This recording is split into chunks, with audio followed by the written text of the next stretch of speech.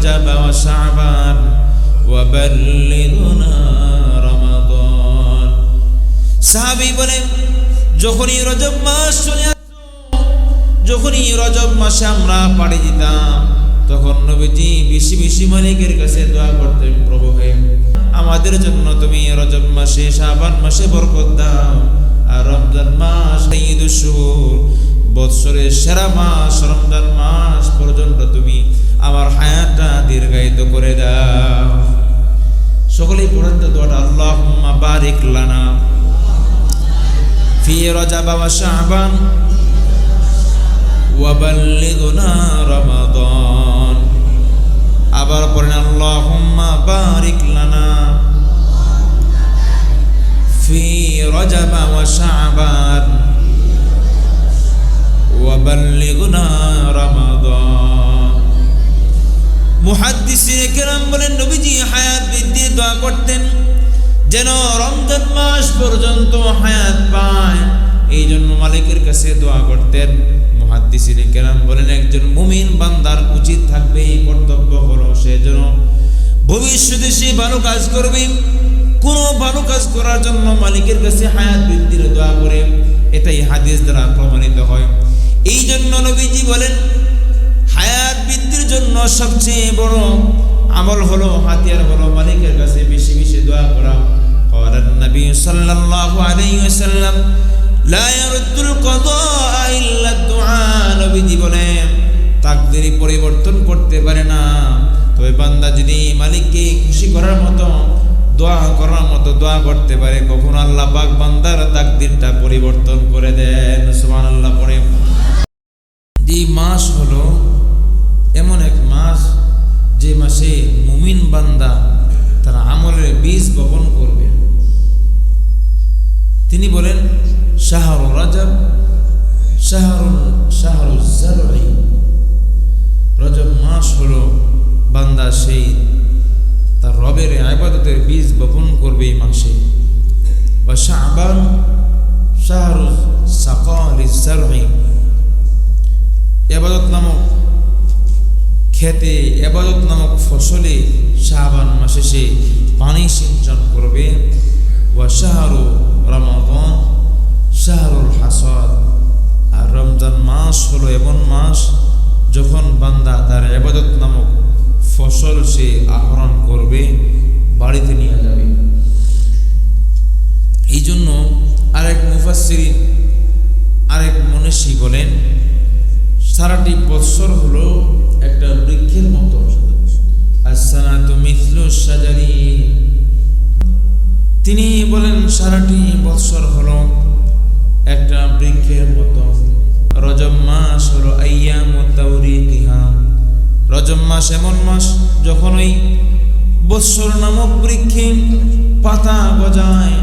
2 নম্বর ওয়া শাবান আইয়ামুত তাফরিইহা, ওই বৎসর নামক বৃক্ষে শাবান মাসে ডালপালা গজায়।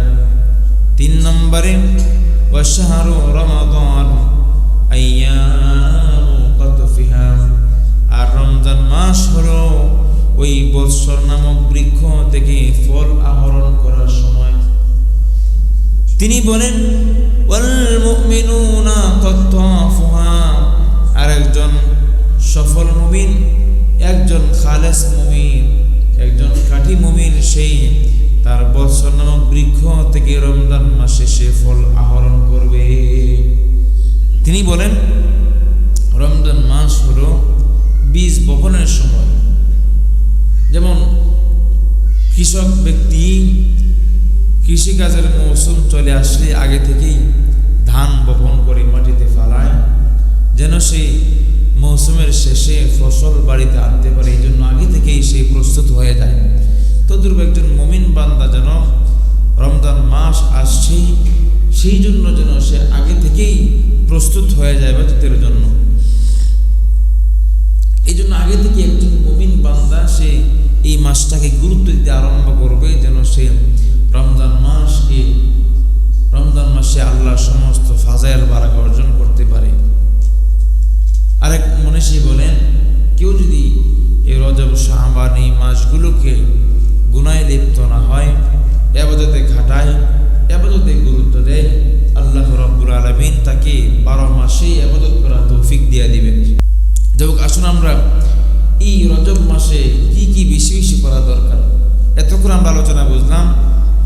রজব মাসে একজন মুমিন বান্দার করণীয় হলো রমজানের ফাজাইল অর্জন করার জন্য আগে থেকে প্রস্তুতি গ্রহণ করা। 1 নম্বর এই মাসের আমল হলো নেক আমল বেশি বেশি করা।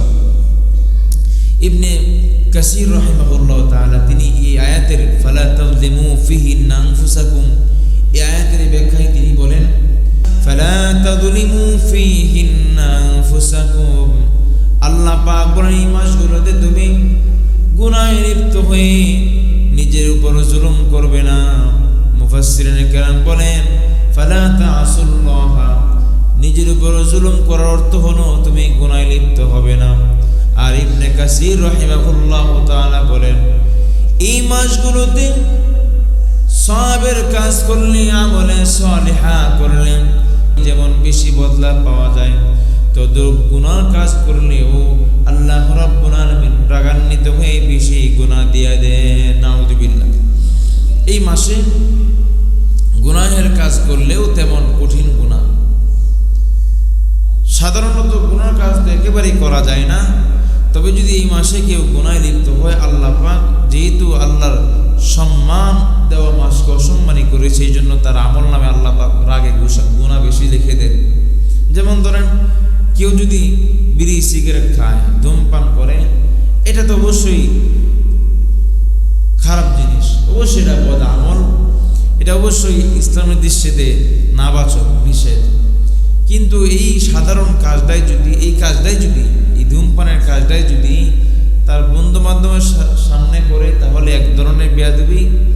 আর যদি তার সম্মানী কোনো ব্যক্তি, তার বাবা অথবা তার উস্তাদ অথবা তার মুরব্বী কোনো মানুষের সামনে ওই ধূমপান করে, তাহলে বেশি বেয়াদবি না?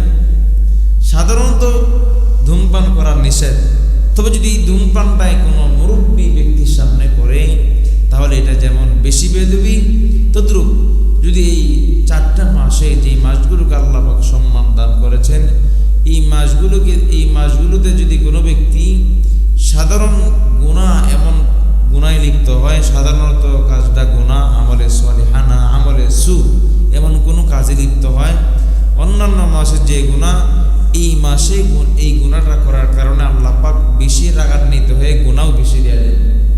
এই জন্য এই মাসের প্রধান কর্তব্য থাকবে, আল্লাহ পাক বলেন ফালা তাযলিমু ফিহিন্না আনফুসাকুম, এই মাসে তোমরা গুনাহে লিপ্ত হয়ে নিজেদের উপর জুলুম করবে না। কারণ আল্লাহ পাক জালেমকে পছন্দ করেন না, আল্লাহ পাক জালেমদেরকে পথ দেখান না। এই যে মাসগুলোতে জাহিলি যুগে, এর আগে থেকেও এই মাসগুলোকে মানুষেরা সম্মান দিত, 4টা মাস। তবে তারা কি করত? মন গড়া মাস বানায় নিত। আল্লাহ পাক যে 4টা মাসের কথা উল্লেখ করে বলে দিয়েছেন, জিলকদ, জিলহজ, মুহররম এবং রজব মাস, তারা মন গড়াভাবে এইগুলোকে পরিবর্তন করত।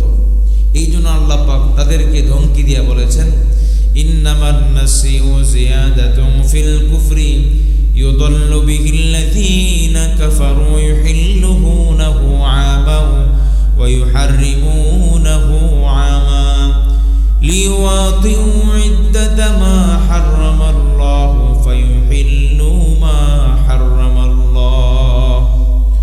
আল্লাহ রাব্বুল আলামিন আমাদের নবী দুনিয়াতে আসার পূর্বে যে 4টা মাস সম্মানিত করেছিলেন, ওই 4টা মাসগুলোকে তখন মক্কার কাফেররা মন গড়া পরিবর্তন করত। তাদের মন গড়া আল্লাহ পাকের মাসগুলোকে না মেনে তাদের মন গড়া মাস বানায় নিত। আল্লাহ পাক বলেন আর ওই তাদের মন গড়া বানানোর কাজটাকে তারা ভালো মনে করত। আল্লাহ পাক বলেন এই যে আমি সম্মান দান করলাম, যে মাসগুলোকে আমি রব্বুল আলামিন সম্মান দান করলাম নিজের পক্ষ থেকে, কোনো বান্দা যদি ওই মাসগুলোকে গুনাহে লিপ্ত হয়ে অসম্মানী করে, আমি রব্বুল আলামিন ইন্নাল্লাহা লা ইয়াহদিল কওমাদ যালিমিন, কেউ যদি সেই গুনাহে লিপ্ত হয়ে নফসের উপর জুলুম করে আমার এই দেওয়া সম্মানী মাসগুলোকে অসম্মান করে আমি রব্বুল আলামিন সেই সমস্ত জালিমদেরকে জান্নাতের পথ প্রদর্শন করব না। নাউযুবিল্লাহ পড়ে। অর্থাৎ আল্লাহ দেওয়ার মাসগুলোতে রজব মাসে আমরা যেন গুনাহে লিপ্ত না হই সেদিকে খেয়াল রাখতাম। 2 নম্বর, রমজান মাসের জন্য প্রস্তুতি গ্রহণ করা। এখন থেকেই সাধারণত যেহেতু দিনগুলো খাটো আছে, রোজায় অভ্যস্ত হওয়া। সাহাবায়ে কেরামের সন্তানেরা যেন রমজানের রোজা রাখতে অভ্যস্ত হয়, এই জন্য তারা বেঁধে রাখতেন। হাদিসে আছে, নবীজির সাহাবী বলেন যে নবী আলাইহিস সালাম এই রজব মাসে এত পরিমাণ রোজা রাখতেন, আমরা মনে করতাম যে নবীজি মনে হয় রোজা আর ভাঙবেন না। কানা রাসূলুল্লাহ সাল্লাল্লাহু আলাইহি ওয়াসাল্লাম ইযা দাখালা রজব ইয়াসুমু হাত্তা নাকুলা ইফতিরু লা ইফতিরু। রজব মাস যখন আসতো সাহাবী বলে যখনই রজব মাস চলে আসতো নবীজি এত পরিমাণ রোজা রাখতেন, আমরা ভাবতাম নবী হয়তো আর রোজা ভাঙবেন না।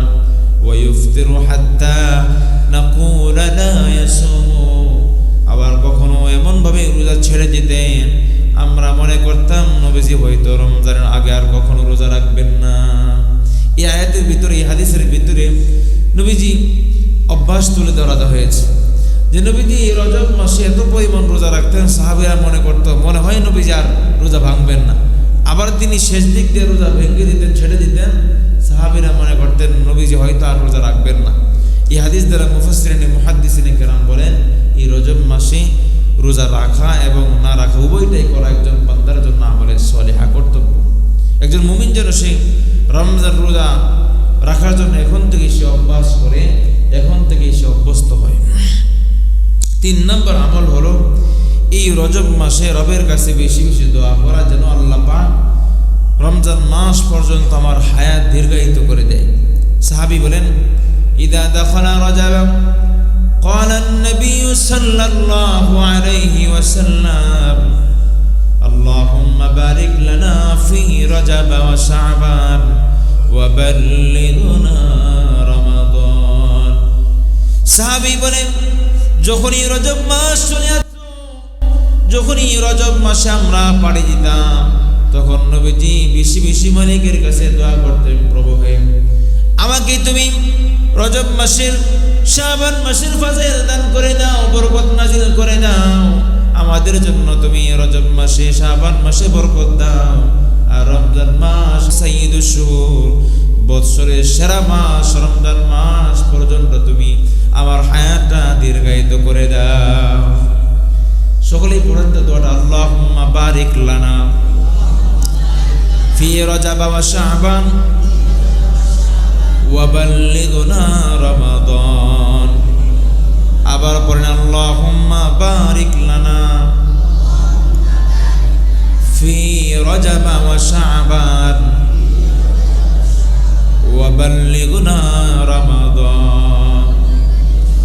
মুহাদ্দিসিনে কেরাম বলেন নবীজি হায়াত বৃদ্ধির দোয়া করতেন যেন রমজান মাস পর্যন্ত হায়াত পায়, এই জন্য মালিকের কাছে দোয়া করতেন। মুহাদ্দিসিনে কেরাম বলেন একজন মুমিন বান্দার উচিত থাকবে, কর্তব্য হলো সে যেন ভবিষ্যতে সে ভালো কাজ করবে, কোনো ভালো কাজ করার জন্য মালিকের কাছে হায়াত বৃদ্ধির দোয়া করে। এটাই হাদিস দ্বারা প্রমাণিত হয়। এই জন্য নবীজি বলেন হায়াত বৃদ্ধির জন্য সবচেয়ে বড় আমল হলো, হাতিয়ার হলো মালিকের কাছে বেশি বেশি দোয়া করা। ক্বালান নবী সাল্লাল্লাহু আলাইহি ওয়াসাল্লাম লা ইয়ারুদ্দুল কাযা ইল্লা দুআ। নবীজি বলেন তাকদীর পরিবর্তন করতে পারে না, তবে বান্দা যদি মালিককে খুশি করার মতো দোয়া করতে পারে, কখন আল্লাহ পাক বান্দার তাকদীরটা পরিবর্তন করে দেন। সুবহানাল্লাহ পড়ে। আরেক হাদিসে নবীজি বলেন একটা বিষয় আছে, কেউ যদি আমলটা করতে পারে আল্লাহ রাব্বুল আলামিন তাকে 3টা ফজিলত দান করবেন। ক্বালান নবী সাল্লাল্লাহু আলাইহি ওয়াসাল্লাম ইন্না সিলাতার রাহিমি। কেউ যদি আত্মীয়তার বন্ধন ঠিক রাখে, যে সমস্ত রক্তের আত্মীয় আছে ওই সমস্ত যদি আত্মীয় সে বজায় রাখতে পারে, আল্লাহর হাবিব বলেন তার জন্য 3টা পুরস্কার। 1 নাম্বার হলো মাহাব্বাতুন ফিল আহলি, পরিবার পরিজনের ভিতরে পরস্পরে আল্লাহ পাক আত্মীয় স্বজনের ভিতরে পরিবার পরিজন যারা হাল আছে তাদের ভিতরে পরস্পরে মনের সম্পর্ক আল্লাহ পাক বাড়ায় দেন, মহাব্বত বাড়ায় দেন। 2 নাম্বার হলো ওয়ামাসারাতুন ফিল মালি, আল্লাহর হাবিব বলেন কেউ যদি আত্মীয়তার সম্পর্ক বজায় রাখে আল্লাহ রাব্বুল আলামিন তার মালের ভিতরে বরকত দেয়া দিবেন। 3 নাম্বার বিষয় হলো যেটা আমরা বলার উদ্দেশ্য, হায়াত বৃদ্ধি করে দেন। ওয়ামানসাতুন ফিল আসারি আও ফিল আজালি, আল্লাহর হাবিব বলেন কেউ যদি ফরজ আত্মীয় যেগুলোকে রক্ষা করা বান্দার উপর কর্তব্য, এমন আত্মীয় যদি সে বজায় রাখতে পারে, নবী বলেন আল্লাহ রাব্বুল আলামিন তার হায়াতের ভিতরে বরকত দিয়া দিবেন। সুবহানাল্লাহ পড়েন। এই জন্য রজব মাসে বেশি বেশি দোয়া করা, আল্লাহুম্মা বারিক লানা ফি রজব ওয়া শাবান ওয়া বাল্লিগনা রমাদান। রমজান মাস পাওয়ার জন্য মালিকের কাছে বেশি বেশি দোয়া করা। 4 নম্বর আমল হলো যে শাবান মাস কি যেন শাবান মাসের আগেই শাবান মাস তালাশ করা, যেহেতু শাবান মাসও একজন মুমিন বান্দার জন্য ইবাদত নামক খেতে, ইবাদত নামক বৃক্ষে পানি সিঞ্চন করা সময়। এই জন্য শাবান মাস আসার আগেই শাবান মাসের জন্য অপেক্ষমান থাকা। হাদিসে কিতাবে লেখে নবীজি যখন শাবান মাসে চাঁদ উঠত তখন শাবান আগে থেকেই তিনি অপেক্ষা করতেন শাবান মাসের জন্য, চাঁদ দেখে দেখে নবীজি দোয়া করতেন। قال النبي صلى الله عليه وسلم اللهم اهله بالامن والايمان والسلامه والاسلام ربي وربك الله। আল্লাহর হাবিব শাবান মাসকে স্বাগত জানাতেন, শাবান মাসের চাঁদ দেখে দেখে দোয়া করতেন, চাঁদকে আঙ্গুল দেখে দোয়া করতেন, প্রভু হে আহিল্লাহু বিল আমনি ওয়াল ঈমান, এই যে শাবানের চাঁদ আমাদের উপর উদিত হয়েছে এই চাঁদের মাসটা যেন আমাদের ঈমানের সঙ্গে খাটে, নিরাপত্তার সঙ্গে খাটে, ওয়াল ইসলামি ওয়াস সালামাতি, ইসলামের সঙ্গে খাটাতে পারি। এই দোয়াগুলো পড়ে পড়ে আল্লাহ রাব্বুল আলামিনের কাছে হায়াত বৃদ্ধির দোয়া করতেন, বরকতের দোয়া করতেন। এই জন্য আমাদের কর্তব্য শাবান মাস রমজান মাসের জন্য অপেক্ষা করা। অনেক কর্তব্য আছে, যাই হোক সারমর্ম হলো এই মাসগুলোতে গুনাহে লিপ্ত না হওয়া। যদিও সাধারণত সব মাসেই গুনাহে লিপ্ত হওয়া জায়েজ নাই, তবে এই মাসগুলোতে বেশি গুরুত্ব দেওয়া, কারণ এই মাসগুলোতে গুনাহ আমলে সালেহা করলে আল্লাহ পাক যেমন বদলা বাড়ায়া দেন, তদ্রূপ আল্লাহ পাকের এই সম্মানিত মাসগুলোতে বান্দা যদি গুনাহে লিপ্ত হয় অন্যান্য মাসের তুলনায় রাগান্বিত হয়ে বেশি গুনাহ দেন, নাউযুবিল্লাহ। এই জন্য এই মাসগুলোতে দোয়া, এই মাসগুলোতে আমলে সাইয়্যা না করা, বেশি বেশি আমলে সালেহা করা, জিকির করা, কারণ জিকির যে ব্যক্তি করবে আল্লাহ পাক কিয়ামতের ময়দানে তাকে হাসতে হাসতে জান্নাত দিয়ে দিবেন। যাই হোক আমরা সকলেই এই মাসগুলোর সম্মান বজায় রাখবো। আল্লাহ পাক আমাদের সকলকেই এই মাসগুলোতে গুনাহ করে নিজের উপর নফসের উপর জুলুম না করা, বরং বেশি বেশি আমলে সালেহা করা, এই মাসগুলোর সম্মান বজায় রাখা।